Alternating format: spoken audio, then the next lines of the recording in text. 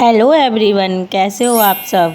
क्या आपने कभी कार्डबोर्ड से craft KIA है? तो चलो आज बनाते हैं। खाली केक का डिब्बा देख रहे हो ना, इससे बनाते हैं हम ये Oh my ये God. क्यूट सा पेंसिल होल्डर। और बनाएंगे हम कार्डबोर्ड के डिब्बे से क्यूट से स्केल। तो चलिए वीडियो स्टार्ट करते हैं।